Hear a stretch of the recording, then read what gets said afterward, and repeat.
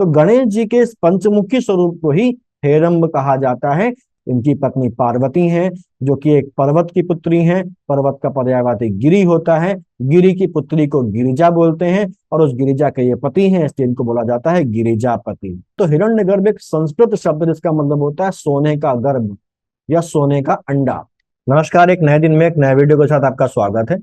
हम लोग हिंदी की सीरीज को आगे बढ़ाएंगे। इसके पहले समीक्षा अधिकारी के लिए जो हिंदी हम लोग पढ़ रहे थे, उसमें हम लोगों ने विशेष और विशेषण और वाक्यों की शुद्ध अशुद्धि के टॉपिक को कवर कर लिया था, उनकी प्रैक्टिस भी कर ली थी। आज हम लोग पर्यायवाची की बात करेंगे। पर्यायवाची समीक्षा अधिकारी में केवल प्रारंभिक परीक्षा में पूछा जाता है और 10 मार्क्स का आता है। ये 6 टॉपिक्स में से एक टॉपिक है, लेकिन इन सभी 6 टॉपिक्स में सबसे ज्यादा लेंदी, सबसे ज्यादा दिक्कत क्रिएट करने वाला टॉपिक यही माना जाता है, क्योंकि बहुत सारे शब्द हैं, उन बहुत सारे शब्दों के बहुत सारे पर्यायवाची होते हैं जिनको हम रटने की कोशिश करते हैं, और रटने की कोशिश में हम उन पर्यायवाचियों में इतना कंफ्यूज हो जाते हैं कि अक्सर जो पढ़ा पढ़ाया हमारी मेहनत होती है वो सारी मेहनत बेकार हो जाती है। एग्जाम में आया हुआ पर्यायवाची हम अक्सर गलत करके चले आते हैं, क्योंकि हम इतने कंफ्यूज होते हैं कि हम पहचान ही नहीं पाते, हम समझ ही नहीं पाते कि क्या पूछा गया और उसका क्या जवाब हमको देना है। तो ये जो वीडियो हम लोग लेके आएंगे, इस वीडियो में हमें ये देखना है कि हम बहुत सारे पर्यायवाचियों को कवर ना करें, हम केवल उन्हीं पर्यायवाचियों को देखें जो एग्जाम में आते हैं, एग्जाम के पॉइंट ऑफ व्यू से इंपॉर्टेंट है। तो मैंने यहाँ पर लगभग 150 पर्यायवाची छाटे हैं। इन पर्यायवाचियों में मैंने ये कोशिश की है कि वो सभी पर्यायवाची शामिल हो जाएं जो एग्जाम से पूछे जाते हैं और एग्जाम के लिए इंपॉर्टेंट है। न केवल समीक्षा अधिकारी बल्कि उन सभी एग्जाम्स में जहां पर पर्यायवाची का टॉपिक आता है। आप किसी भी एग्जाम को उठा के देख लीजिए, चाहे वो समीक्षा अधिकारी हो या किसी भी और एग्जाम, आप देखेंगे कि जो हम लोग अब पर्यायवाची पढ़ने जाएंगे या जो हम पर्यायवाची अभी कवर करेंगे, 95 to 99% जो पूछे गए पर्यायवाची हैं वो इन्हीं में से आपको मिलेंगे और भविष्य में भी यही शामिल रहेगा, क्योंकि एग्जाम अपना पैटर्न कभी नहीं बदलता। हाँ, एक आध पर्यायवाची बाहर से आ भी सकता है, लेकिन 95 to 99% पर्यायवाची आपको यहीं से मिलने वाले हैं। तो बहुत ध्यान से इसको पढ़िएगा। यहाँ पर पर्यायवाची का जो सेगमेंट है उसको हम लोगों ने कई पार्ट्स में डिवाइड करके रखा है और इन्हीं पार्ट्स के हिसाब से हम इन पर्यायवाचियों को पढ़ेंगे। तो यहाँ पर जो पार्ट्स बनाए हैं उनमें से पहले हम लोग देखेंगे वो पर्यायवाची जो देवी देवताओं व मिथकों से संबंधित से गणेश जी, उनके जो पर्यायवाची हैं वो विष्णु के पर्यायवाची, देवता दैत्यों के पर्यायवाची, सरस्वती के पर्यायवाची। तो इस कैटेगरी में टोटल जो पर्यायवाची हमको पढ़ने हैं वो लगभग 24 पर्यायवाची हम यहाँ पर पढ़ेंगे। प्राकृतिक वस्तुओं और जो घटनाएं प्राकृतिक है उनसे संबंधित जो पर्यायवाची हैं उनकी संख्या लगभग 30 के आसपास है। साथ ही साथ वृक्ष, फल और पुष्प, जैसे कमल के पर्यायवाची क्या होते हैं, आम के पर्यायवाची क्या होते हैं, तो इस कैटेगरी में हमारे पास जो टोटल पर्यायवाची हैं वो लगभग 10 हैं। इसमें हमको 10 पर्यायवाची पढ़ने हैं। मानव अंगों से संबंधित पर्यायवाची भी पूछे जाते हैं, जैसे सिर का पर्यायवाची क्या है, आंख का पर्यायवाची क्या है, जिह्वा का यानी कि जीभ का पर्यायवाची क्या है। तो इस कैटेगरी में टोटल 12 पर्यायवाची हम पढ़ेंगे। जो रिश्ते नाते संबंध हैं उनके भी पर्यायवाची, से बहन के पर्यायवाची क्या है, भाई के पर्यायवाची क्या है, माँ के पर्यायवाची क्या है, ये पर्यायवाची एग्जाम में पूछे जाते हैं। तो संबंधों से संबंधित कुल 13 या 14 पर्यायवाची हम यहाँ पर कवर करेंगे। कुछ व्यवसायों के पर्यायवाची भी पूछे जाते हैं, जैसे शिक्षक का पर्यायवाची क्या है, जैसे बढ़ई का पर्यायवाची क्या है। तो व्यवसाय से संबंधित जो पर्यायवाची हैं हम लोग 7 पर्यायवाची यहाँ पर कवर करेंगे। इसके अलावा कभी कभार जीव जंतु या पक्षियों के पर्यायवाची भी पूछ लिए जाते हैं, तो जीव जंतु और पक्षियों के पर्यायवाचियों को भी हमें कवर करना है। यहाँ पर लगभग 28 जीव जंतु और पक्षियों के पर्यायवाची हम लोग पढ़ेंगे, समझेंगे और तैयार करेंगे। इसके अलावा कुछ ऐसे पर्यायवाची भी हैं जो इनमें से किसी भी कैटेगरी में शामिल नहीं हो रहे हैं, उनको हम विविध की कैटेगरी में शामिल करते हुए पढ़ेंगे। और यहाँ पर इस कैटेगरी में लगभग 40 पर्यायवाची मैंने रखे हैं। तो अगर हम इन सबको जोड़ें तो लगभग 150 के आसपास हो सकता है। हाँ, ये एग्जैक्ट नंबर नहीं है, कम या ज्यादा भी हो सकता है। जैसे प्राकृतिक वस्तुएं या घटनाएं में 30 के आसपास होंगे, देवी देवताओं के लगभग 24 के आसपास है, तो थोड़ा सा ऊपर नीचे हो सकता है, लेकिन ये 150 के आसपास ही रहेगा, बहुत ज्यादा नहीं है। 150 पर्यायवाची ये आपको तैयार कर लेने हैं और आप ये देखेंगे कि मैक्सिमम जो आपके पर्यायवाची के क्वेश्चंस आएंगे वो इनमें से ही कवर हो जाएंगे। यहाँ पर यह ध्यान रखने वाली बात है कि पर्यायवाची में समस्या तब आती है जब हम उसको रटने की कोशिश करते हैं। हमें यहाँ पर पर्यायवाची को रटना नहीं है। अगर हम समझ लेंगे कि ये पर्यायवाची आखिरकार क्यों है, इसका पर्यायवाची, या इसकी उत्पत्ति कैसे हुई, या इसको ये भी क्यों कहा जाता है, तो हम जरा आसानी से इस टॉपिक को कवर कर पाएंगे। और अगर हमने समझ लिया तो रटने की जरूरत नहीं पड़ेगी, और समझने के बाद एग्जाम में अगर हम रिवीजन नहीं भी कर पाए हैं तो एग्जाम में वो चीज आ जाएगी, तो हम उसको पहचान जाएंगे, क्योंकि हमारे दिमाग में उसकी उत्पत्ति, उसका कंसेप्ट क्लियर है। रटना तो बात की बात होती है, जब हम समझ नहीं पाते या हम समझने की कोशिश नहीं करते तो हम शॉर्टकट अपनाते हैं, जो कि रटना है, और शॉर्टकट अक्सर हमको गड्ढे में डाल देता है जाके। तो हम ये कोशिश करेंगे कि रटने का जो काम है वो कम से कम हो, समझने का काम ज्यादा हो, इससे समय भी बचेगा, और जो चीज तैयार होगी वो आपकी परमानेंट तैयार होगी। तो ये इतनी कैटेगरीज में हम लोग जब बांट के चलेंगे तो हमें ये देखना है कि इन कैटेगरीज को हम एक साथ नहीं पढ़ेंगे। मैं इनके अलग अलग वीडियोस बनाऊंगा। जो बड़ी कैटेगरी है उसको एक वीडियो में, जो छोटी कैटेगरीज है, जैसे हमारे पास संबंधों में, मानव अंगों में कम पर्यायवाची हैं, तो इनको मिला के एक वीडियो बन जाएगा। तो इस तरीके से अलग अलग वीडियोज में इनको हम लेके चलेंगे, इससे कि आपके ऊपर भी बर्डन नहीं आएगा, प्लस समझने में भी आसानी होगी, और वीडियो बहुत लंबा नहीं खींचेगा जिससे कि वो बोरिंग हो जाए। आज हम लोग जो तैयारी शुरू करेंगे वो हम शुरू करेंगे देवी देवताओं और मिथकों से संबंधित जो पर्यायवाची हैं उनसे। तो आगे बढ़ने से पहले हम लोग पहले समझ जाते हैं कि पर्यायवाची होता क्या है। पर्यायवाची दो शब्दों से मिलकर बना हुआ है, पर्याय और वाची से, जिसका अर्थ होता है वो शब्द जिनके अर्थ कैसे हैं, समान है, यानी कि समान अर्थ वाले शब्दों को एक दूसरे का पर्यायवाची कहा जाता है। इसको हम ऐसे भी बोल सकते हैं कि जो समानार्थी शब्द हैं वो समानार्थी शब्द पर्यायवाची कहलाते हैं। लेकिन एक बात यहाँ पर ध्यान रखनी है कि अक्सर दो शब्द एक दूसरे के समानार्थी तो होते हैं, उनका अर्थ तो समान निकलता है, लेकिन उनको एक दूसरे के स्थान पर प्रयुक्त नहीं किया जा सकता है, प्रयोग नहीं किया जा सकता है। यानी कि अर्थ समान होने के बावजूद भी प्रयोग में भिन्नता मिलती है हमको। तो इसको बिल्कुल ध्यान रखेंगे कि पर्यायवाची में अर्थ समान होता है, लेकिन जरूरी नहीं है कि एक पर्यायवाची उसी समान अर्थ वाले दूसरे पर्यायवाची के स्थान पर प्रयोग किया जा सके, क्योंकि वाक्यों के हिसाब से, सेंटेंस के हिसाब से फिर वहां पर प्रयोग में भिन्नता आ जाती है। तो हम लोग अब शुरुआत कर लेते हैं, और हमारे पास जो पहला पर्यायवाची है वो है देवी देवता और मिथकों से संबंधित। तो देवी देवता और मिथकों से संबंधित इन पर्यायवाचियों को देखने से पहले हम लोग एक चीज समझ लेते हैं कि एक है देव और एक है दानव। दानव बोल लें, दैत्य बोल लें, असुर बोल लें, या राक्षस बोल लें, ये एक ही कैटेगरी हमारी मानी जाती है। देव जो है ये सकारात्मक सेंस में हमारे पास आते हैं, और जो दैत्य या दानव है वो नकारात्मक सेंस में हमारे पास आते हैं। ये वो हैं जो बुरे हैं, और ये देव जो हैं वो अच्छे हैं। तो यहाँ पर आगे बढ़ने के पहले ये चीज क्लियर कर लें कि देव और जो दानव है ये दोनों ही कश्यप ऋषि की संतान है। कश्यप ऋषि की कई सारी पत्नियां थी, जिनमें से कुछ के नाम हैं, जैसे एक पत्नी का नाम है अदिति, दूसरी पत्नी का नाम है दिति, और आगे जो पत्नियां उनका नाम है दनु, अरिष्टा, सुरसा, सुरभि और विनीता। तो इन पत्नियों से जो पुत्र उत्पन्न हुए, जैसे अदिति, दिति और जो दनु है, इनसे जो पुत्र उत्पन्न हुए इनके स्वभाव में अंतर था। अदिति से उत्पन्न हुए पुत्र जो थे ये अच्छे स्वभाव के थे, परोपकारी स्वभाव के थे, और सकारात्मक कार्य करते थे, तो अदिति के पुत्रों को बोला गया देवता। और जो दिति और दनु के पुत्र थे, ये जो पुत्र थे ये देवताओं के विपरीत प्रकृति के थे, यानी कि ये लोगों को दुख देने वाले, कष्ट देने वाले और बुरे प्रवृत्ति के थे, नकारात्मक प्रवृत्ति के थे, तो इनको बोला गया दैत्य और दानव। देवता के जो पर्यायवाची हैं वो हमारे पास हैं देव, अमर, सुर, विबुध, आदित्य, निर्जर, गीर्वाण, त्रिदश, अमर्त्य, अस्वप्न, बहिर्मुख, वृदारक, सुमनस, अमृतेश, अपहर, अजर और अविनाशी।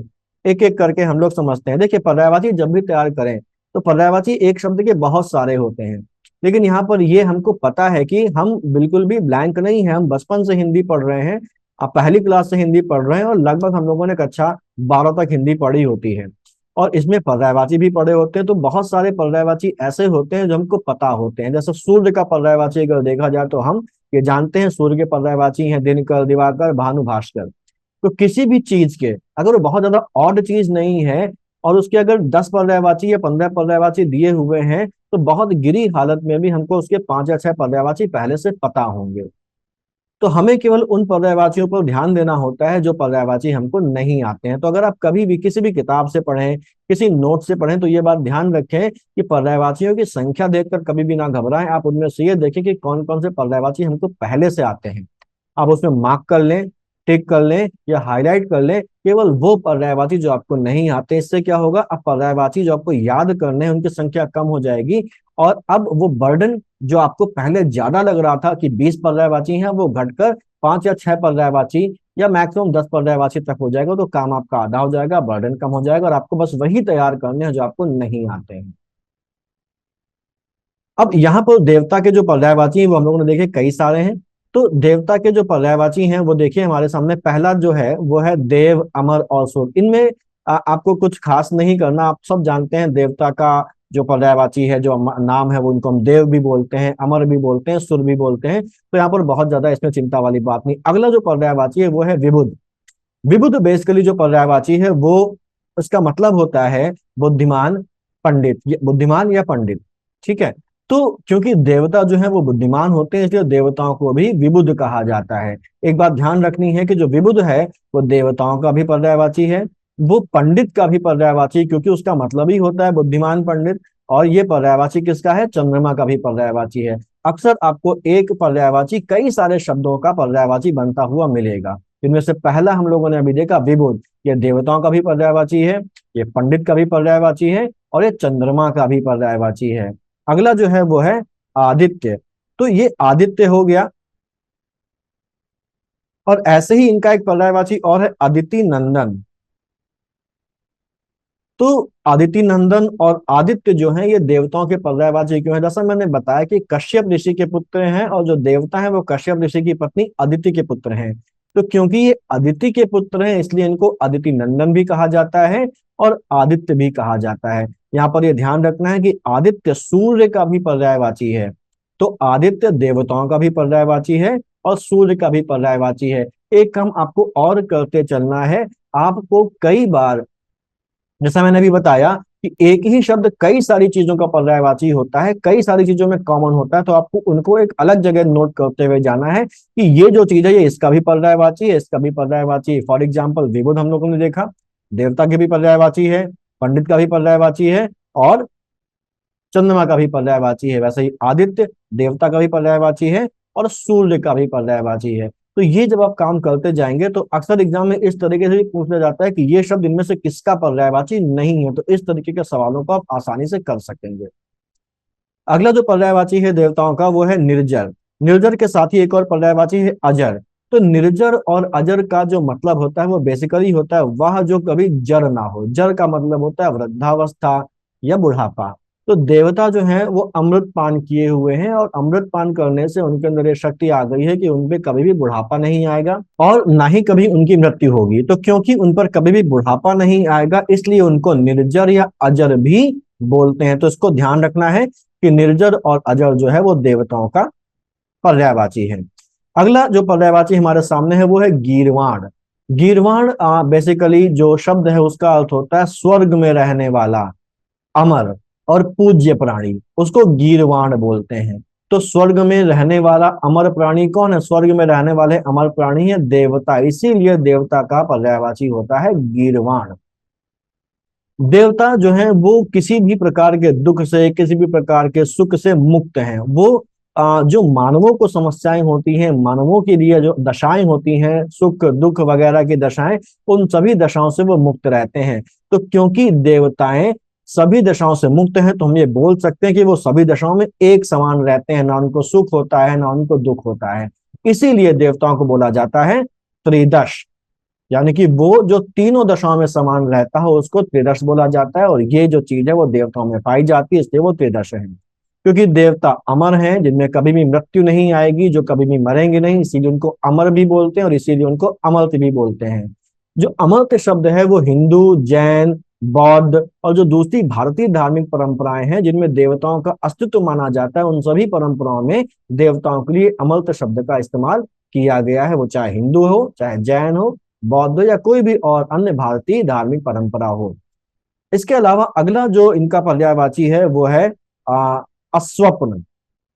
अस्वप्न क्यों बोलते हैं, जैसा मैंने बताया देवताओं को त्रिदश बोला जाता है। त्रिदश क्यों बोला जाता है, क्योंकि वो किसी भी सभी दशाओं में एक जैसे होते हैं, ना तो उनको दुख होता है ना तो वो सुख होता है उनको, मतलब उनको इसका अनुभव ही नहीं होता, क्योंकि ये तो मानवों के लिए बनाई गई चीजें हैं।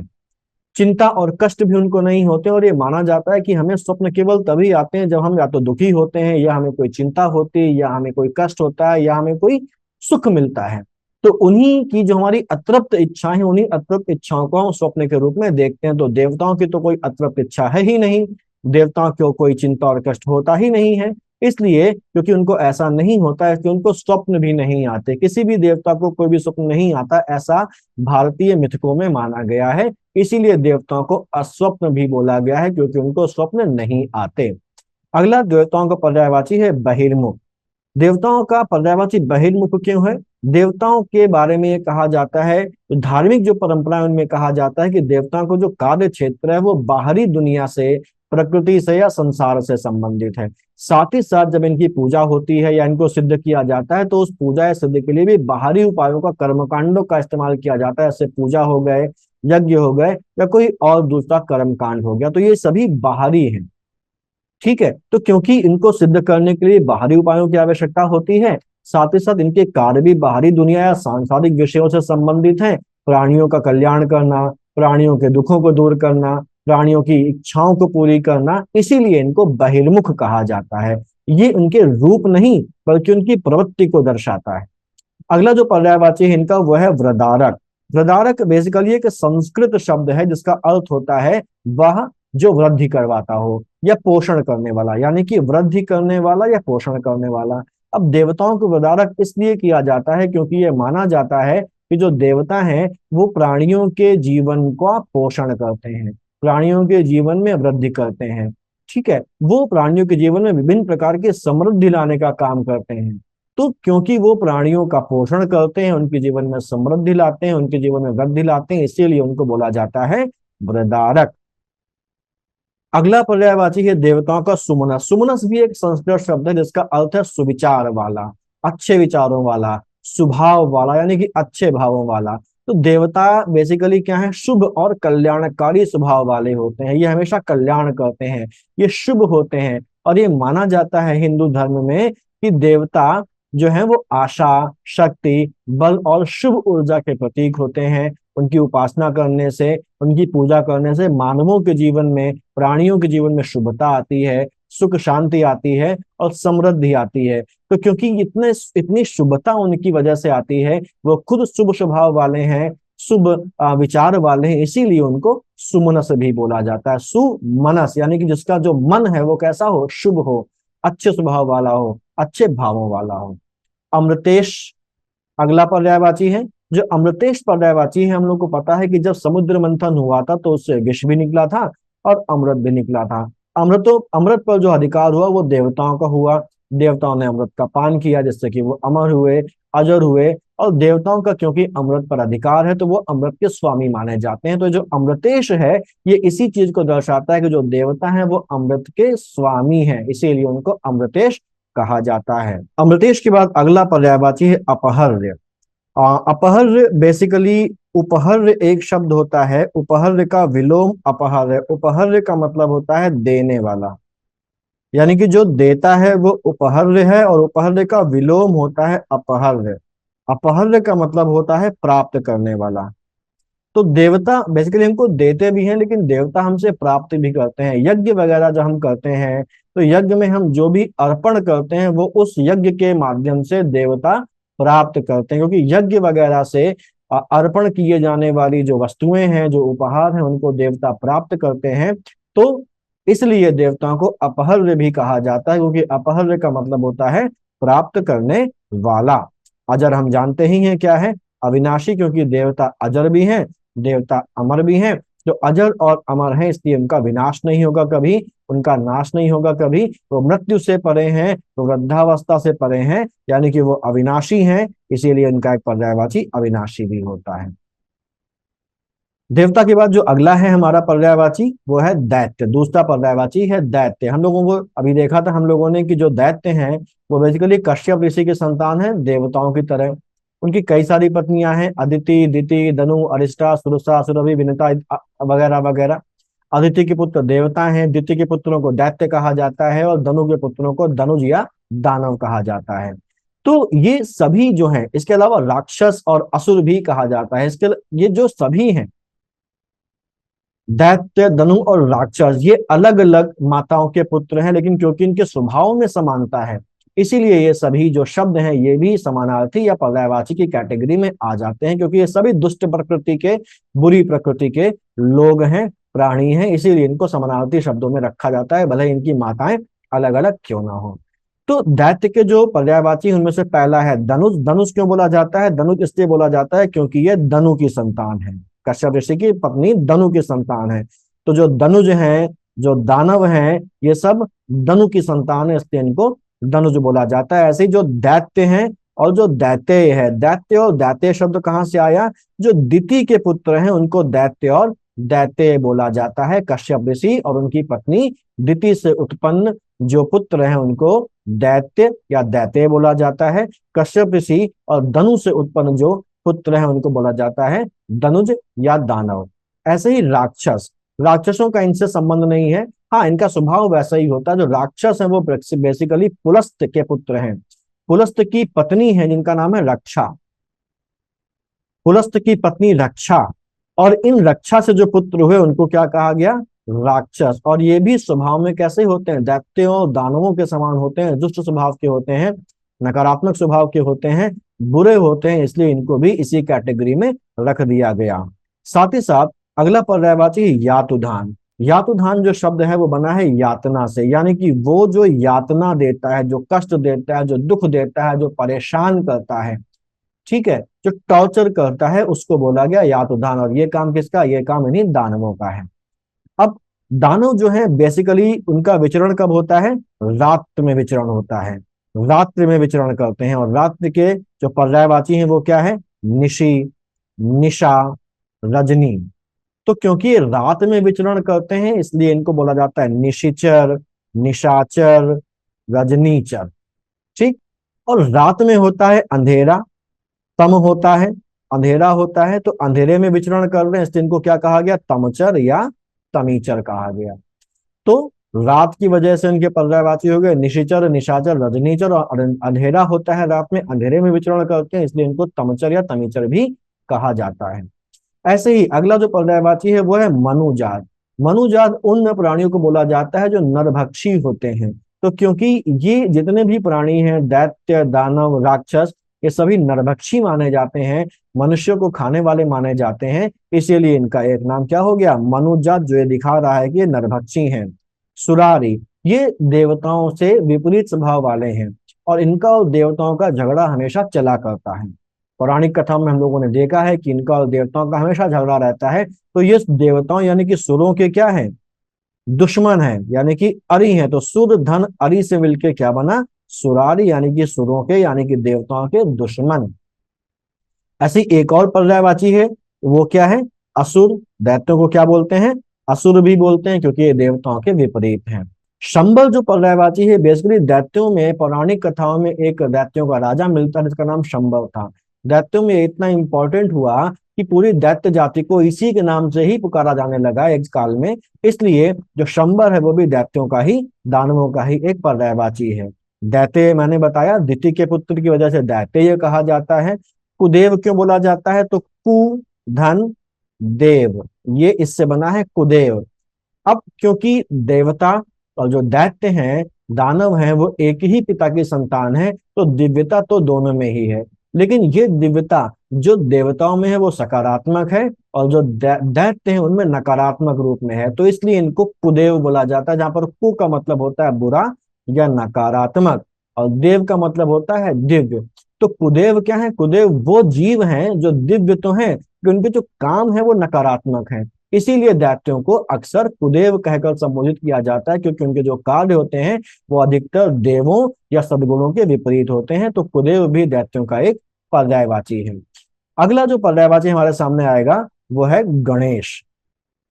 गणेश हम जानते हैं कि ये शिव और पार्वती की संतान है और इनके एक भाई भी हैं जिनका नाम कार्तिकेय है। गणेश भारतीय जो पौराणिक परंपरा है उसमें प्रथम पूज्य देवता माने जाते हैं और ये कहा जाता है कि इनकी सबसे पहले पूजा करनी चाहिए। सबसे पहले पूजा क्यों करनी चाहिए? क्योंकि ये विघ्नों को दूर करते हैं। इनकी पूजा करने से विघ्न दूर होते हैं। तो क्योंकि ये विघ्नों को दूर करते हैं इसलिए इनको विघ्नहर्ता यानी कि विघ्नों को हरने वाला बोला जाता है, और इन्हीं को बोला जाता है विघ्न नाशक। तो विघ्न नाशक और विघ्नहर्ता गणेश के पर्यायवाची हैं, और क्यों है? क्योंकि विघ्नों को हरते हैं या विघ्नों को नाश करते हैं। हर अच्छे काम की शुरुआत भारत में जो हिंदू धर्म है उसमें गणेश जी की पूजा करने से होती है, जिससे कि सब कुछ अच्छे से हो जाए। ये ज्ञान, बुद्धि और कुशलता के प्रतीक हैं, और ये कहा जाता है कि इनका केवल ध्यान करने से ही विघ्न और बाधाएं दूर हो जाती हैं। गणेश को विनायक भी बोला जाता है, वि धन नायक। जो वी है ये बेसिकली विशेष, और नायक मतलब होता है मार्गदर्शक या नेता या लीडर। तो गणेश जो है वो क्योंकि बल, बुद्धि और ज्ञान के देवता माने जाते हैं, तो यहाँ पर साथ ही साथ ये विघ्नों को भी दूर करते हैं, तो एक विशिष्ट प्रकार के नायक हो जाते हैं, जो विघ्नों को दूर करने के साथ साथ प्राणियों का मार्गदर्शन भी करते हैं। तो ये एक विशेष प्रकार के नायक हैं, विशेष प्रकार के नेता हैं, जो विघ्नों को हरते हुए मार्गदर्शन प्रदान करते हैं, इसीलिए इनको विनायक कहा जाता है। इनका अगला जो नाम है वो है गणपति। गणपति, गणनायक, गणराज, गणेश्वर, ठीक है। ये सारे नाम जो हैं वो इसलिए हैं क्योंकि शिव के बहुत सारे गण हैं, और इन सभी गणों में जो प्रथम गण है वो कौन है? वो गणेश है। नाम में ही क्या है? गण, धन, ईश, यानी कि जो गणों का स्वामी हो, जो गणों को लीड करता हो, वो गणेश है। तो जो भगवान शिव है उनके सभी गणों में जो प्रथम गण है, जो सभी गणों को लीड कर रहे हैं, वो गणेश हैं, और इसीलिए इनको बोला जाता है गणपति, गणनायक, गणराज, गणेश्वर या गणपति। इनको गजानन भी बोला जाता है, क्योंकि माइथोलॉजी में एक कथा है कि शिव जी ने नाराज होकर गणेश जी का सिर काट दिया था, और जब माता पार्वती ने उनका विरोध किया और उनसे कहा कि मुझे अपना पुत्र वापस चाहिए, तो उन्होंने सिर ढूंढा, और जब कोई सिर नहीं मिला तो हाथी का सिर काट के गणेश जी के ऊपर लगा दिया गया था। तो क्योंकि इनका जो मुख है वो हाथी का है, आप फोटो में देख रहे हैं, तो इसलिए इनको बोला जाता है गज आनन, यानी कि गज के आनन वाला। आनन का मतलब होता है मुख, यानी कि जिसका मुख कैसा हो? गज का हो, उसको बोला जाता है गजानन। तो ये गणेश के पर्यायवाची हैं। गणेश जी के क्योंकि गज हैं, गज आनन है, तो गज आनन में दांत होते हैं। गणेश जी का एक दांत टूटा हुआ है, और क्योंकि एक दांत टूटा हुआ है, एक ही दांत बचा हुआ है, इसलिए इनको एक दंत बोला जाता है। ये माना जाता है कि गणेश जी का ये दांत परशुराम जी ने तोड़ दिया था, क्योंकि वो जब माता पार्वती और शिव जी से मिलने आया तो गणेश जी ने उनको रोका था, उनको मिलने नहीं दिया, तो नाराज होकर परशुराम ने अपने फरसे से इनका एक दांत तोड़ दिया था। एक और कहानी में कार्तिकेय के द्वारा भी इनके दांत को तोड़ने की जानकारी मिलती है। तो क्योंकि एक दांत है इसीलिए इनको बोलते हैं एक दंत। गणेश जी का एक नाम और है लंबोदर। लंबोदर क्यों बोलते हैं? लंब और उदर से मिला है, उदर का मतलब होता है पेट। तो गणेश जी का पेट जो है वो विशाल है, तो इस विशाल पेट की वजह से उनका नाम पड़ गया लंबोदर। लंब उदर यानी कि लंबे उदर वाला, यानी कि लंबोदर। सिद्धि विनायक, गणेश जी सिद्धि भी देते हैं। विनायक का मतलब हम लोग जानते हैं, यानी कि वो विशेष नायक जो सिद्धि प्रदान करता है, जो सफलता भी प्रदान करता है। सिद्धि का मतलब होता है सफलता या पूर्णता। तो सिद्धि प्रदान करने वाला विशेष नायक जो मार्गदर्शन करे, और मार्गदर्शन करके आपको सिद्धि प्रदान करे, सफलता प्रदान करे, वो देवता क्या नाम हुआ उसका? सिद्धि विनायक। लंब कर्ण गणेश जी का अगला नाम है। गणेश जी के कान देखिए लंबे हैं, वैसे भी हाथी का सिर लगा हुआ है तो कान लंबे ही होने हैं, लेकिन यहाँ पर भी माइथोलॉजी में, पौराणिक कहानियों में कहा गया कि गणेश जी के कान लंबे होने का कारण ये है कि वो इन कानों के माध्यम से अपने सभी भक्तों की सारी बातों को सुन सके, और उनकी प्रार्थनाओं का मान रख सके, उनकी प्रार्थनाओं को पूरा कर सके, इसीलिए उनको लंबकर्ण भी कहा जाता है। सुमुख कहा जाता है उनके सुंदर मुख की वजह से, तो उनका मुख सुंदर है इसलिए सुमुख कहा जाता है।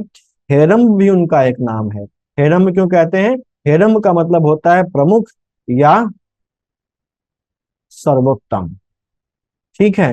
प्रमुख या सर्वोत्तम होता है हेरम्ब। अच्छा, ये हेरम्ब जो शब्द है बेसिकली गणेश जी के खास स्वरूप को दर्शाता है। ये जो स्वरूप है ये गणेश जी का पंचमुखी स्वरूप है। तो गणेश जी के इस पंचमुखी स्वरूप को ही हेरम्ब कहा जाता है। इसमें गणेश जी के 5 मुख होते हैं और 5 हाथ होते हैं, और हर हाथ में एक विशेष प्रकार का, अलग प्रकार का आयुध होता है। तो हेरम्ब भी गणेश जी का ही एक नाम है, जो उनके एक विशेष रूप को दिखाता है, उनके सर्वोत्तम होने को दर्शाता है, उनके प्रमुख होने को दर्शाता है। अगला पर्यायवाची है वक्रतुंड। गणेश जी की आप देख रहे हैं सूंड है, क्योंकि हाथी का सिर है, तो तुंड का मतलब होता है सूंड और वक्र का मतलब होता है मुड़ी हुई। तो गणेश जी की जो ये सूंड है ये मुड़ी हुई है, ये वक्र है, इसीलिए गणेश जी का नाम वक्रतुंड भी है। ये भी गणेश जी का ही पर्यायवाची है। गणेश जी का एक नाम विकट भी है। विकट क्यों? विकट जो शब्द है ये इनके रूप को नहीं दर्शाता। विकट का मतलब होता है भयानक या विकराल, लेकिन इनका रूप ना तो भयानक है ना विकराल है। तो ये जो शब्द है ये इनके रूप को नहीं दर्शाता, बल्कि इनकी शक्तियों और क्षमताओं को दर्शाता है। ये अपने भक्तों की समस्याओं और बाधाओं को दूर करने की पूरी क्षमता रखते हैं, और किसी भी हद तक जा सकते हैं। तो वो एक विकराल क्षमताएं रखते हैं, इसीलिए उनकी विकराल शक्तियां हैं, और वो किसी भी समस्या को, किसी भी बाधा को दूर कर सकते हैं। तो उनकी इन्हीं सभी समस्याओं और बाधाओं को दूर करने के लिए जो विकराल शक्तियां उनकी हैं, उनको रिप्रेजेंट करने के लिए उनको विकट कहा जाता है। यानी कि उनका ना तो रूप विकराल और भयानक है, बल्कि उनकी जो शक्तियां हैं उन शक्तियों की वजह से उनको विकट कहा जाता है। वक्र दंड। अक्सर हम गणेश जी के हाथों में एक दंड देखते हैं, एक स्टिक देखते हैं। ये जो दंड है ये दंड भी मुड़ा हुआ है, वक्र है, इसीलिए गणेश जी को वक्र दंड भी बोला जाता है। गणेश जी के बाद जो अगला हमारे पास देवता आते हैं वो है विष्णु। विष्णु के बहुत सारे पर्यायवाची हैं और बहुत आसान पर्यायवाची हैं। विष्णु के जो पर्यायवाची हैं वो हमारे पास है नारायण, दैत्यारी, पुंडरीकाक्ष, जनार्दन, चक्रपाणी, उपेंद्र, क्षीरशायी, पद्मनाभ, चतुर्भुज, विश्वम्भर, गरुड़ध्वज, अच्युत, और ऐसे ही कई सारे। हर पर्यायवाची का एक कारण है कि वो क्यों है पर्यायवाची, और हम लोग उनको देखते हुए चलते हैं।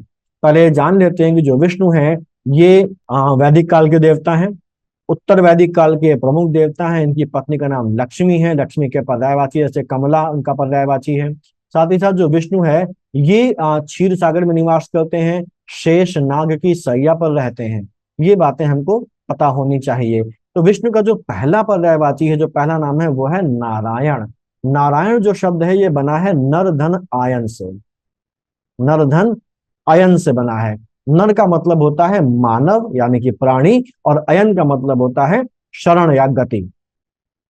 तो वे जो मानव को शरण देते हैं, प्राणियों को शरण देते हैं, उनका नाम क्या हो गया? नारायण। यानी कि नर को शरण देने वाले कौन हो गए? नारायण हो गए। इनको दैत्यारी भी बोलते हैं। दैत्यारी क्यों बोलते हैं? अरि से बना है, यानी कि दैत्य धन अरि से बना है दैत्यारी।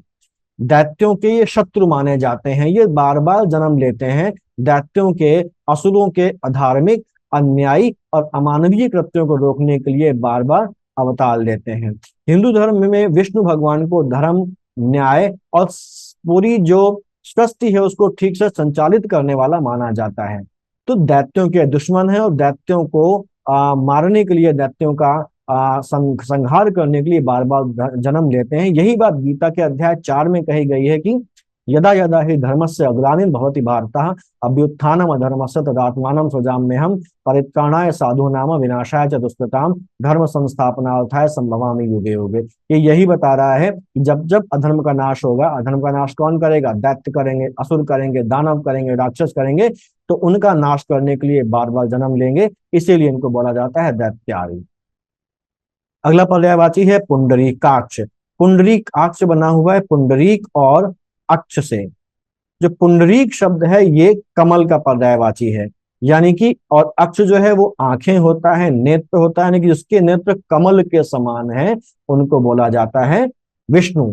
और कमल की जगह पर यहाँ जो शब्द इस्तेमाल किया गया है वो है पुंडरीक, इसीलिए ये नाम क्या हो गया? पुंडरीकाक्ष। कमल के समान आंखों वाला, कमल के समान नैनों वाला, ये पुंडरीकाक्ष इनका नाम है। जनार्दन अगला पर्यायवाची है। जनार्दन बना हुआ है जन, धन, अर्दन से। ठीक है, जन, धन, अर्दन। जन का मतलब वही जो प्राणी है वो, और अर्दन का मतलब होता है दुख दूर करने वाला। दुख दूर करने वाला अर्दन कहलाता है। और ये जन के अर्दनों को, यानी कि जन के दुखों को दूर करते हैं, मानवता के संकटों के, सभी प्राणियों के भूत, वर्तमान और भविष्य के दुखों और संकटों को दूर करने वाले हैं, इसीलिए ना जनार्दन कहा जाता है। विष्णु के हाथ में एक चक्र है जो सुदर्शन चक्र कहलाता है। तो क्योंकि ये चक्र को हाथ में धारण करते हैं इसलिए इनको चक्रपाणी कहा जाता है। उपेंद्र इनको बोला जाता है इसलिए क्योंकि अगर हम देखें तो वैदिक काल के दो भाग थे। इतिहास की अगर बात करें तो जो ऋग्वैदिक काल यानी कि पूर्व वैदिक काल था, उसका जो प्रमुख देवता था वो देवते था इंद्र। और जो उत्तर वैदिक काल आता है वहां पर जो प्रमुख देवता हो जाते हैं वो हो जाते हैं विष्णु। तो उत्तर वैदिक काल में इनकी, इंद्र के ऊपर इनकी इंपॉर्टेंस को दर्शाने के लिए, इंद्र के ऊपर इनकी प्रायोरिटी को दर्शाने के लिए, इंद्र से ऊपर दिखाने के लिए इनको जो नाम दिया गया वो दिया गया उपेंद्र। उपेंद्र का मतलब होता है इंद्र से श्रेष्ठ, यानी कि यह दर्शाता है कि वो इंद्र से भी अधिक महत्वपूर्ण और शक्तिशाली हैं जब इनको उपेंद्र कहा जाता है। अगला पर्यायवाची है क्षीरशाई, क्योंकि क्षीर सागर में निवास करते हैं, क्योंकि ये शेष नाग के ऊपर सोए रहते हैं, इसीलिए इनको क्षीरशाई बोला जाता है, और इसीलिए इनको शेषशाई भी बोला जाता है। तो शेषशाई यानी कि शेष नाग के ऊपर सोने वाले या क्षीर सागर में सोने वाले को क्षीरशाई और शेषशाई बोला जाता है। अगला पर्यायवाची है पद्मनाभ। ये बना है किससे? पद्म से और नाभि से। तो पद्मनाभ, भगवान विष्णु की जो नाभि है वहां पर कमल है, तो इसीलिए जिसकी नाभि में कमल है उसको बोला गया पद्मनाभ, क्योंकि विष्णु भगवान की नाभि में कमल है। अच्छा, इसी कमल से माना जाता है कि ब्रह्मा का जन्म हुआ। ठीक है, तो इसीलिए इनको पद्मनाभ कहा जाता है, क्योंकि ये अपनी नाभि में कमल धारण करते हैं। इसका एक और सिंबॉलिक रूप भी है कि जो कमल है वो बेसिकली कीचड़ में जन्म लेता है, लेकिन अपने आसपास के कीचड़ से कभी भी वो अपने आप को अपवित्र नहीं करता, कि अपने आसपास के कीचड़ से वो कभी भी प्रदूषित नहीं होता। वैसे ही भगवान विष्णु भी संसार के जो प्रदूषण है, जो दुख है, उसको दूर करने का काम करते हैं, उससे कभी भी प्रदूषित नहीं होते, इसलिए भी इनको पद्मनाभ कहा जाता है। अगर हम इस चित्र को ध्यान से देखें तो इसमें भगवान विष्णु के चार हाथ हैं, तो क्योंकि इनके चार हाथ है इसलिए इनको बोला जाता है चतुर्भुज। और हर हाथ में ये अलग अलग आयुधों को पकड़े हुए हैं, हर हाथ में ये अलग अलग आयुधों पकड़े हुए हैं। एक हाथ में इनके चक्र है, एक हाथ में इनके गदा है, एक हाथ में कमल का फूल है, और एक हाथ में है इनके शंख। तो इसीलिए इनको चतुर्भुज बोला जाता है। अगला पर्यायवाची है विश्वंभर। विश्वंभर बेसिकली संस्कृत का शब्द है, और विश्वंभर का मतलब होता है विश्व का पालन करने वाला, जगत का पालन करने वाला। अगर हम भारतीय के हिंदू धर्म में जो त्रिदेव की अवधारणा है उसको ध्यान दें, तो त्रिदेव में हमारे पास तीन देवता हैं, ब्रह्मा, विष्णु और महेश। ब्रह्मा जो है वो संसार का का सृष्टि करते हैं, संसार के सृष्टि करते हैं वो। जो शिव है वो संसार का सृष्टि का संहार करते हैं, और जो विष्णु है वो संसार का पालन करते हैं। अगला पर्यायवाची है गरुड़ध्वज। जो विष्णु भगवान है, विष्णु भगवान का जो वाहन है वो है गरुण, और यही गरुण विष्णु भगवान के ध्वज में बना हुआ है। तो क्योंकि विष्णु भगवान के ध्वज में गरुण का अंकन है, इसलिए उनको, यानी कि उनके ध्वज में गरुण प्रतिष्ठित है, इसलिए उनको गरुड़ ध्वज भी कहा जाता है। अगला पर्यायवाची है अच्युत। अच्युत का मतलब होता है जो कभी गिरता नहीं है, जिसमें कभी परिवर्तन नहीं आता, उसे अच्युत बोला जाता है, यानी कि अपरिवर्तनशील को अच्युत बोला जाता है। विष्णु बेसिकली स्थिरता और अविनाशिता को दर्शाता है, विष्णु के ये जो शब्द है, क्योंकि विष्णु जो है वो सृष्टि का पालन करते हैं, उस पालन में जो सृष्टि है वो स्थिर रहती है। तो ये जो शब्द है वो इसी चीज को दर्शाता है, विष्णु के द्वारा सृष्टि के पालन के समय सृष्टि में जो स्थिरता है, उनका सृष्टि के प्रति जो अनुराग है, उसके प्रतीक के रूप में विष्णु को अच्युत भी कहा जाता है। मुकुंद। मुकुंद एक संस्कृत शब्द है, जिसका मतलब होता है मोक्ष देने वाला या मुक्ति प्रदान करने वाला। हम लोगों ने सुना होगा कि अगर किसी व्यक्ति की मृत्यु हो जाती है तो हम लोग कहते हैं वो वैकुंठगामी हो गए, वैकुंठ को चले गए। वैकुंठगामी होने का मतलब या वैकुंठ जाने का मतलब होता है कि उनको मुक्ति मिल गई, उनको मोक्ष प्राप्त हो गया। और वैकुंठ में किसका वास है? वैकुंठ में विष्णु भगवान का वास है। तो विष्णु जो है वो बेसिकली ये माना जाता है कि उनके पास मोक्ष की चाबी है, वो जिसको चाहेंगे उसको मुक्त कर देंगे। समस्त जीवों के कर्मों सांसारिक बंधनों से मुक्ति प्रदान करने की जो क्षमता है वो विष्णु के पास है, और इस क्षमता की वजह से ही विष्णु को बोला जाता है मुकुंद, यानी कि मुक्ति प्रदान करने वाला या मोक्ष देने वाला। अगला जो इनका पर्यायवाची है वो है ऋषिकेश।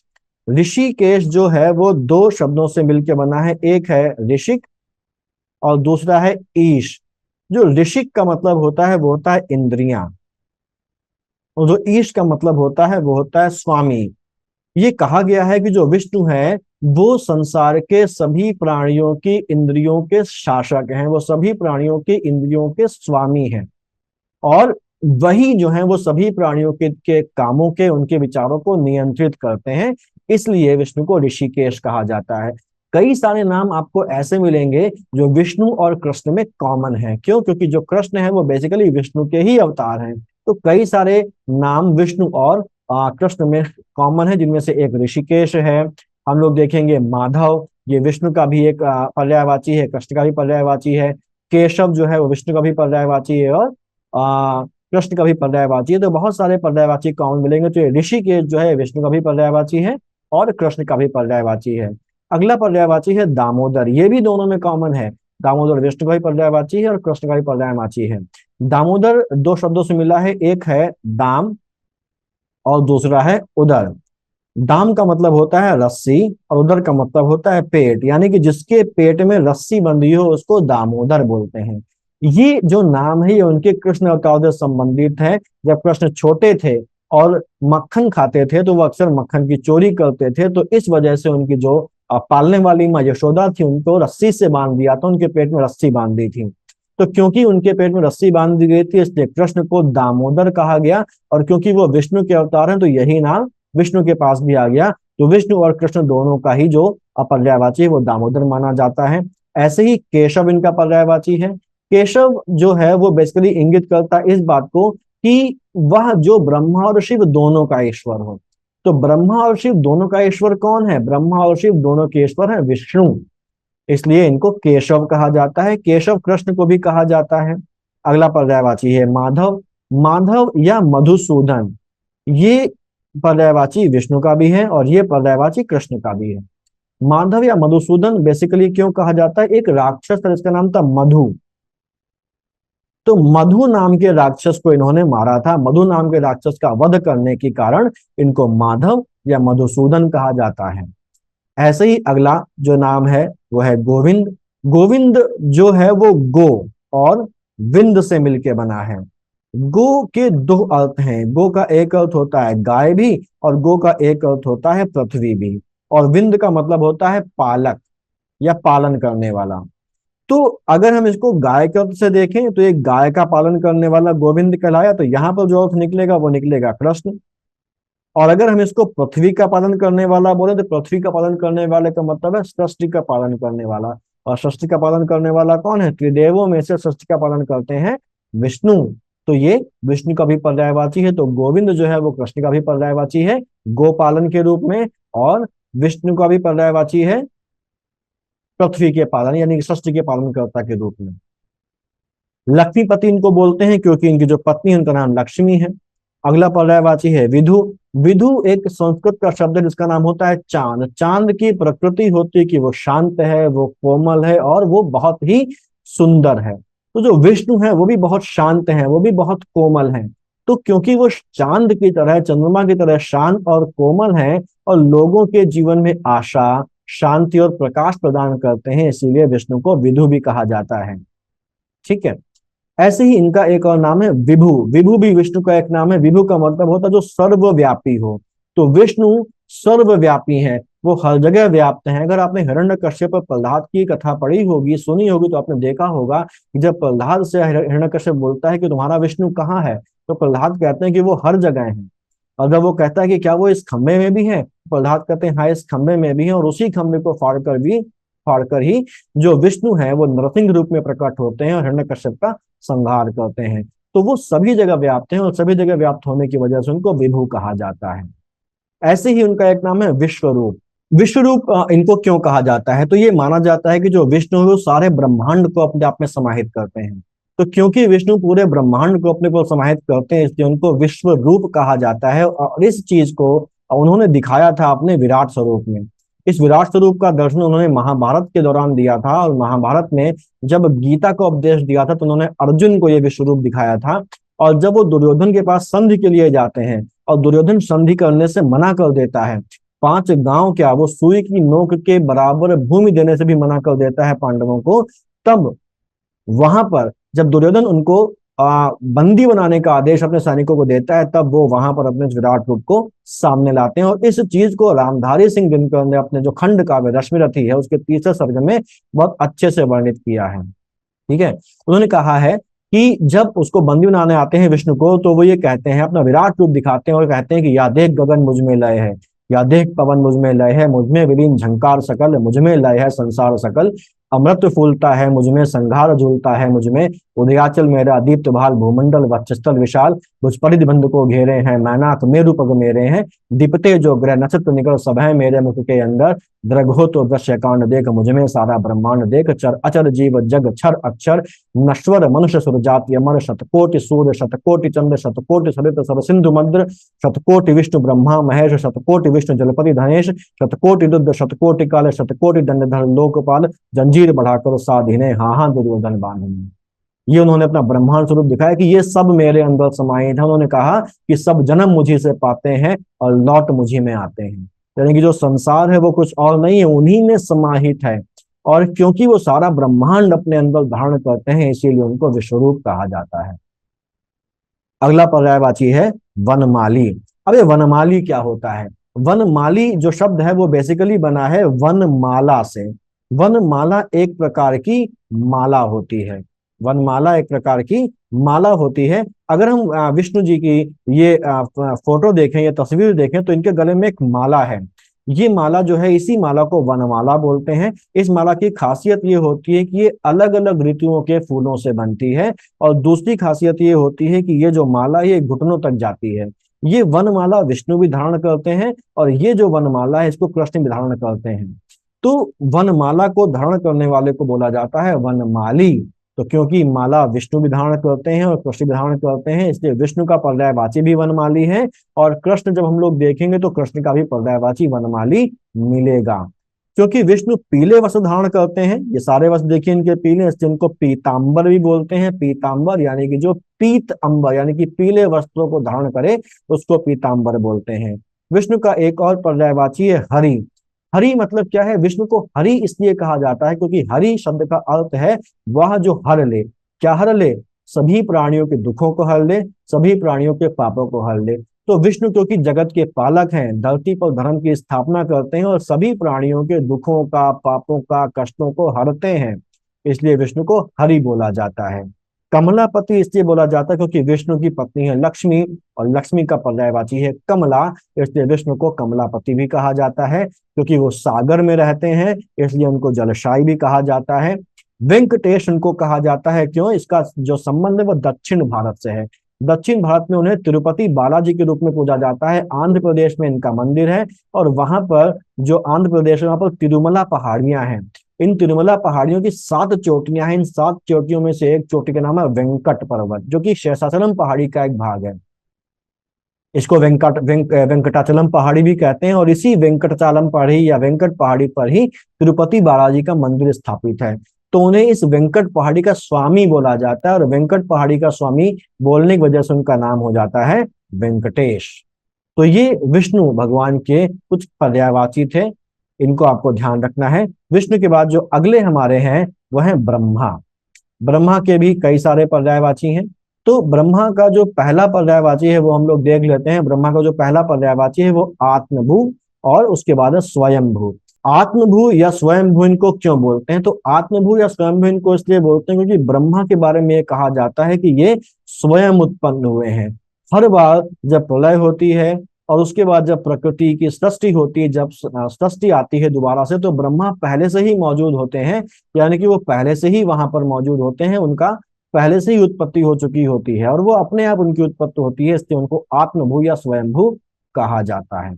चतुरानन क्यों बोला जाता है? ब्रह्मा जी के 4 आनन यानी कि 4 मुख है और इन 4 मुखों की वजह से उनको चतुरानन बोला जाता है। ब्रह्मा जी का एक नाम पितामह भी है। ब्रह्मा क्योंकि सृष्टि के सृष्टा माने जाते हैं, संपूर्ण सृष्टि के पिता माने जाते हैं, वो सभी प्राणियों के, सभी देवताओं और संपूर्ण ब्रह्मांड के जनक माने जाते हैं, इसलिए उनको पितामह बोला जाता है या उन्हें ही परम पिता भी बोला जाता है। तो पितामह या परम पिता ब्रह्मा को इसलिए बोला जाता है क्योंकि वो सभी के पिता हैं, उन्होंने ही सभी को जन्म दिया है सृष्टि की रचना करके। हिरण्यगर्भ उनको बोला जाता है, जैसा मैंने बताया कि जब सृष्टि की रचना होती है तो वहां पर वो पहले से मौजूद होते हैं। तो हिरण्यगर्भ एक संस्कृत शब्द जिसका मतलब होता है सोने का गर्भ या सोने का अंडा। तो ब्रह्मा को हिरण्यगर्भ इसलिए कहा जाता है क्योंकि प्रलय के बाद जब सृष्टि की शुरुआत होती है तो वो सृष्टि में सोने के अंडे के रूप में प्रकट होते हैं। इसी सोने के अंडे या इसी हिरण्यगर्भ को जो है वो संपूर्ण ब्रह्मांड को कवर करता है, और इसी के बाद जो ब्रह्मांड है उसका जन्म होता है। तो इसी हिरण्यगर्भ के अंदर ब्रह्मा जो है वो सृष्टि की रचना शुरू करते हैं, और इसी अंडाकार ब्रह्मांड या हिरण्यगर्भ से वो या कॉस्मिक एग से वो उत्पन्न होते हैं, इसीलिए इनको हिरण्यगर्भ कहा जाता है। उत्पन्न मतलब वो है तो उसी के अंदर पहले से ही, लेकिन इसी से सृष्टि की रचना करने के बाद वहीं से वो भी उत्पन्न हो रहे हैं, निकल रहे हैं बाहर, इसलिए उनको हिरण्यगर्भ कहा जाता है। क्योंकि हिरण्यगर्भ बेसिकली एक अंडा है, एक कॉस्मिक एग है, इसीलिए उनको अंडज भी कहा जाता है। ठीक है, तो हिरण्यगर्भ और अंडज ये दोनों एक तरीके से रिलेटेड हैं। लोकेश क्यों कहा जाता है? क्योंकि वो ब्रह्मांड के जितने भी लोक हैं उन सभी का रचयिता है, सबकी रचना उन्होंने ही की है क्योंकि वही सृष्टा है। तो ब्रह्मा का संबंध क्योंकि सृष्टि से है, उन्होंने ब्रह्मांड के सभी प्राणियों की, सभी लोकों की और सभी तत्वों की और सभी देवताओं की रचना की है, तो उनको जगत का सृजनहार माना जाता है। और ये कहा जाता है कि वो सभी लोकों और उन सभी लोकों के सभी प्राणियों के ईश्वर हैं, क्योंकि वो सभी लोकों के ईश्वर हैं, इसीलिए उनको बोला जाता है लोकेश। अब क्योंकि ब्रह्मा ने सृष्टि की रचना की है तो उस सृष्टि को चलाने के कुछ नियम होने चाहिए, कुछ कानून होने चाहिए, कुछ विधान होने चाहिए। तो सृष्टि के चलाने के जो नियम हैं, जो कानून हैं या विधान हैं, इन विधानों को भी स्थापित करने वाले कौन है? ब्रह्मा ही हैं। तो क्योंकि उन्होंने सृष्टि के नियम, कानून, विधानों को स्थापित किया है, इसीलिए उनको विधि, विधाता या विधना भी कहा जाता है। क्योंकि सृष्टि की रचना की है, रचना करने वालों को विरंची बोलते हैं, इसीलिए उनको विरंची कहा जाता है, सृष्टा कहा जाता है, सृष्टिकर्ता कहा जाता है। ठीक है, करतार भी इसीलिए कहा जाता है क्योंकि उन्होंने सृष्टि की रचना की है। प्रजापति क्यों बोला जाता है? प्रजापति उन्हें इसलिए बोला जाता है क्योंकि वो सृष्टि के स्वामी हैं, सृष्टि के सृजन करता है। प्रजा का शब्द अर्थ होता है जीव या प्राणी, और पति का अर्थ होता है उनका स्वामी या मालिक। तो सृष्टि के द्वारा उन्होंने जिन भी प्राणियों की, जिन भी जीवों की रचना की है, जिनका सृजन किया है, उनके स्वामी वो हैं, समस्त प्रजा के वो स्वामी है, इसलिए उनको प्रजापति बोला जाता है। अज क्यों बोला जाता है? अज का मतलब होता है अजन्मा, यानी कि जिसका जन्म ना हुआ हो। तो क्योंकि ब्रह्मा आत्मभू हैं, स्वयंभू हैं, स्वयं उत्पन्न हुए हैं, यानी कि उनका कोई जन्म नहीं हुआ, इसीलिए उनको अज बोला जाता है। ठीक है, जो कि उनकी अजन्मा अवस्था को दर्शाता है। कमलासन, ब्रह्मा कमल पर बैठे हैं, इनका आसन कमल है, इसलिए इनको कमलासन बोला जाता है। इनका जो वाहन है वो हंस है, तो ब्रह्मा का वाहन हंस है, इसीलिए इनको हंस वाहन बोला जाता है। ब्रह्मा की पुत्री सरस्वती हैं, जो कि विद्या, ज्ञान की देवी हैं, संगीत की देवी हैं, और उनका भी जो वाहन है वो क्या है? हंस है, इसीलिए जो सरस्वती हैं उनको भी हंस वाहिनी बोला जाता है। नाभि जन्मा, मैंने अभी जब विष्णु के बारे में बताया था तो मैंने कहा था कि विष्णु की नाभि से उत्पन्न हुए कमल से ब्रह्मा का जन्म हुआ, यानी कि जन्म क्या हुआ, वहां से वो प्रकट हुए। ब्रह्मा की नाभि से विष्णु की नाभि से कमल प्रकट हुआ, और उस कमल से ब्रह्मा प्रकट हुए, इसलिए क्योंकि वो नाभि से उत्पन्न कमल से निकले हैं, इसलिए उनको नाभि जन्मा कहा जाता है। इसीलिए उन्हें अब्ज योनि भी कहा जाता है। अब्ज का मतलब होता है कमल, तो वो क्योंकि कमल से उत्पन्न हुए हैं इसलिए उनको अब्ज योनि बोला जाता है। और वो कमल कहाँ से उत्पन्न हुआ? विष्णु की नाभि से उत्पन्न हुआ, इसलिए उसको नाभि जन्मा भी बोला जाता है। क्योंकि जो ब्रह्मा है उन्होंने सारी सृष्टि की रचना की है, तो सृष्टि के सभी रहस्यों से वो परिचित हैं, सृष्टि के सभी पक्षों को वो जानते हैं, इसलिए उनको कभी कोई कष्ट नहीं होता। उनको पता है कि क्या चीज क्यों होनी है, उन्होंने सभी नियम बनाए हैं, सभी जो विधि विधान है वो सब उन्होंने ही रचे हैं। तो वो कभी भी परेशान नहीं होते किसी भी समस्या से, वो सदैव आनंद में रहते हैं, इसलिए उनको सदानंद कहा जाता है। धाता इसलिए कहा जाता है क्योंकि उन्होंने सृष्टि की रचना की है, ये भी उसी को दर्शाता है। सूर्य ज्येष्ठ, वो सभी जो देव हैं उनमें वो प्रमुख हैं, क्योंकि उन्होंने सृष्टि की रचना की है, जगत के जनक हैं, इसलिए वो सभी देवताओं में प्रमुख हैं, सभी देवताओं में ज्येष्ठ हैं, सभी देवताओं में बड़े हैं, इसलिए उनको सूर्य ज्येष्ठ कहा जाता है, और परमेष्ठ भी कहा जाता है। गर्भकर्ता भी, क्योंकि उन्होंने सृष्टि की रचना की है। और इसी वजह से इनके सृष्टिकर्ता, गिरापति और प्रजापति आदि जो पर्यायवाची हैं वो भी इसी वजह से हैं। तो ये हमारे पर्यायवाची हैं ब्रह्मा की। उम्मीद है आपको समझ में आया होगा कि ये ब्रह्मा के पर्यायवाची क्यों हैं। अगले जो पर्यायवाची ब्रह्मा के बाद आते हैं वो है शिव के पर्यायवाची। शिव बेसिकली इनके कई सारे नाम हैं, शिव, शंकर, भोलेनाथ, रुद्र, पशुपति, ये सब इनके अलग अलग नाम हैं। और ये त्रिदेव में शामिल हैं। त्रिदेव में कौन कौन है? ब्रह्मा है, विष्णु है और महेश है। जहां ब्रह्मा सृष्टि के रचनाकार हैं, जहां विष्णु सृष्टि के पालक हैं, वहीं जो शिव हैं वो सृष्टि के संहारक हैं। इनकी पत्नी का नाम है पार्वती, जो कि हिमालय यानी कि एक पर्वत की पुत्री हैं। पर्वत को गिरी बोलते हैं तो उनको गिरिजा भी कहा जाता है। इनके पुत्र हैं गणेश, इनके पुत्र हैं कार्तिकेय। अब इनके पर्यायवाची देखें। इनका जो पहला पर्यायवाची है वो है महेश या महेश्वर। ठीक है। इन्हें महायोगी भी कहा जाता है, इन्हें महाकाल भी कहा जाता है, महादेव को भी कहा जाता है, क्योंकि जो शिव हैं ये सबसे महान ईश्वर माने जाते हैं, सबसे दिव्य माने जाते हैं, सबसे शक्तिशाली माने जाते हैं, क्योंकि इनके पास संहार की शक्ति है। तो ये जो महेश, महेश्वर, महायोगी जैसे शब्द में महान शब्द जुड़ने से ये महेश वगैरह शब्द बने हैं। ये इनकी महानता को दर्शाते हैं, इनके ईश्वर रत्व को प्रतिष्ठापित करते हैं, इसीलिए इनको महेश कहा जाता है। पशुपति क्यों कहा जाता है? इनको समस्त प्राणियों का स्वामी कहा जाता है, केवल पशुओं का ही नहीं, समस्त प्राणियों का स्वामी कहा जाता है। समस्त स्वामी पशुओं का, समस्त प्राणियों का स्वामी होने की वजह से इनको पशुपति कहा जाता है। शंकर एक इनका अगला पर्यायवाची है। ऐसे ही चंद्रशेखर इनका पर्यायवाची है। चंद्रशेखर, शेखर का मतलब होता है माथा, यानी कि जो अपने माथे पर चंद्र को धारण करते हैं उनको चंद्रशेखर कहा जाता है। जब समुद्र मंथन हुआ था और उससे विष निकला था तो उस विष को देखा गया कि संसार को नष्ट कर सकता है, हानि पहुंचा सकता है, तो विष को कौन पिएगा? अमृत को तो देवताओं ने पी लिया, विष को कौन पिएगा? तो उनको याद आती है भगवान शिव की। और भगवान शिव दुनिया का कल्याण करने के लिए, विश्व का कल्याण करने के लिए उस विष को पी लेते हैं। लेकिन उस विष का उनके ऊपर प्रभाव ना पड़े इसके लिए वो दो काम करते हैं। पहला काम ये करते हैं कि वो अपने गले को ठंडा कर लेते हैं। दूसरा काम चंद्रमा करता है, चंद्रमा की ठंडी किरणों से उनके गले को, उनके कंठ को शीतल किया जाता है। तो क्योंकि चंद्रमा ने उनके कंठ को शीतल किया था, इसलिए भगवान शिव ने चंद्रमा को अपने माथे पर स्थान दिया और इसीलिए उन्हें चंद्रशेखर कहा जाता है। इसीलिए उनको बोला जाता है शिरस चंद्र, इसीलिए उनको बोला जाता है चंद्र मौली भी। तो ये जो शब्द है चंद्रशेखर, ये जो शब्द है चंद्रमौली और जो शिरस चंद्र, इन सबका एक ही मतलब है कि जो अपने शीश, अपने माथे पर चंद्र को स्थान देता हो वो चंद्रशेखर है, वो चंद्रमौली है, वो शिरस चंद्र है। अगला है भूतेश। भूतेश से सीधा शब्द निकलता है जो भूतों के स्वामी हो, जो भूतों का ईश्वर। लेकिन यहाँ पर भूत का मतलब केवल भूत पिशाच नहीं है, यहाँ पर भूत मतलब समस्त प्राणी है, तो वो सभी प्राणियों के स्वामी है, इसलिए उनको भूतेश बोला जाता है। गिरीश, ये पर्वतों में रहते हैं। पर्वतों में रहते हैं, कौन से पर्वत में रहते हैं? कैलाश में रहते हैं। तो ये एक पर्वत के स्वामी हैं या कैलाश के स्वामी हैं, इसीलिए इनको बोला जाता है गिरीश, इसीलिए इनको बोला जाता है कैलाशपति।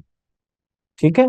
नीलकंठ क्यों? तो उन्होंने विष को पिया, जहर पिया, तो उनका जो गला है उसको उन्होंने अपने कंठ में धारण किया, तो उनका जो गला है वो नीला पड़ गया, इसलिए उनको नीलकंठ बोला जाता है। तो देवों के देव हैं, इसलिए उनको महादेव बोला जाता है।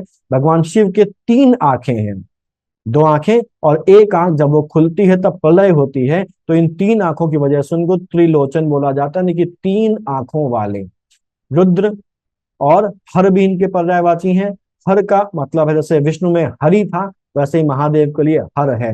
हर का मतलब होता है जो हरता है, जो अपने भक्तों के पापों को हल लेता है, जो अपने भक्तों के कष्टों को हल लेता है, जो अपने भक्तों के दुखों को हल लेता है, इसलिए उनको हर भी कहा जाता है।